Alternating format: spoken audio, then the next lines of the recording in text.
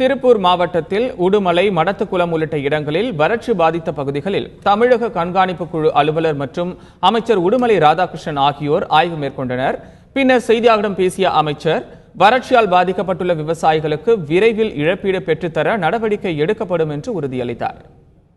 இன்றைக்கு முழுமையாக கணக்கில் எடுக்கப்பட்டு அந்த எடுக்கப்பட்டிருக்கிற கணக்குகள் எல்லாம் இன்றைக்கு மாநில அரசாங்கத்துக்கு அனுப்பி வைத்து